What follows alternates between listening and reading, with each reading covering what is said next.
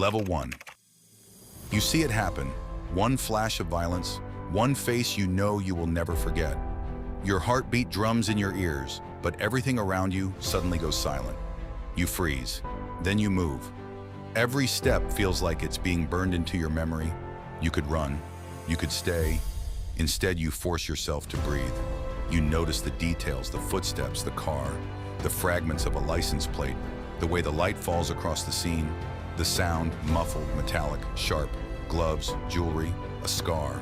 The world narrows down to facts, and those facts become your armor.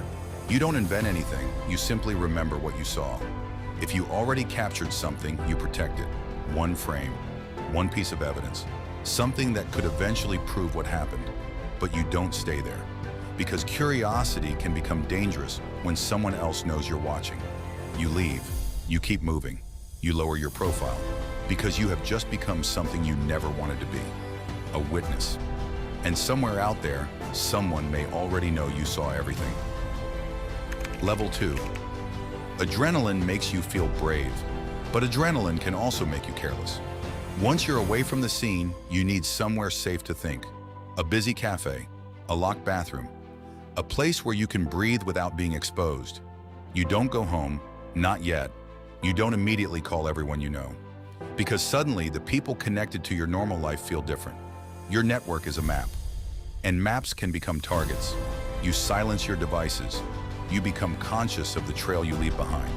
Your clothes, your movements, your habits.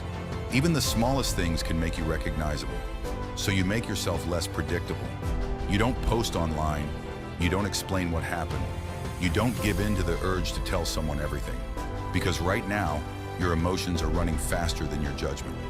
And somewhere in the back of your mind, one question keeps returning. Did they see you? You don't know the answer, and that uncertainty follows you into the night. Level 3. Now the memory starts replaying, again and again. You try to separate what you actually saw from what fear is adding afterward. Who was there? What happened? When did it happen? Where were you standing? What did you hear? You write down what you remember while it's still clear.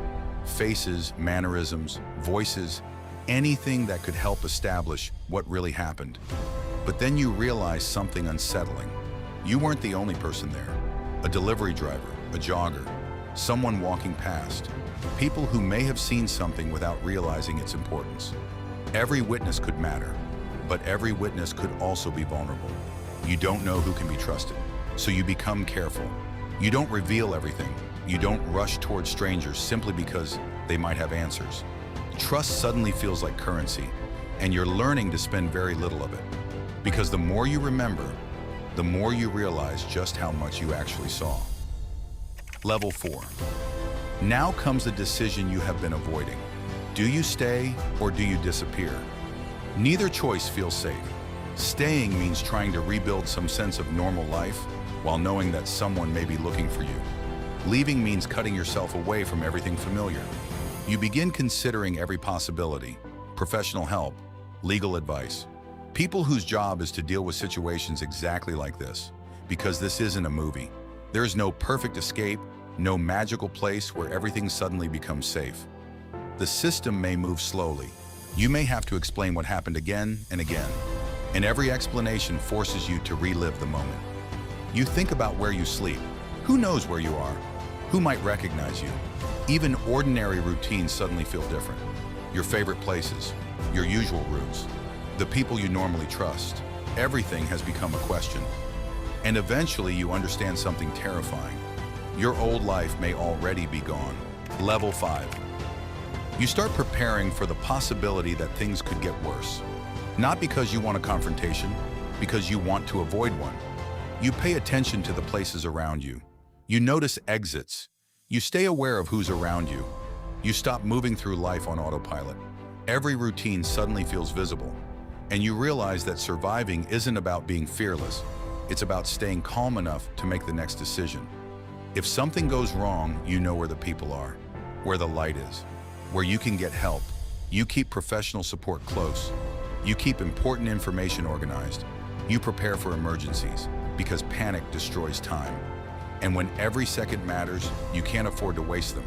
You practice staying calm. You practice thinking before reacting. You tell yourself that if the moment comes, you will be ready.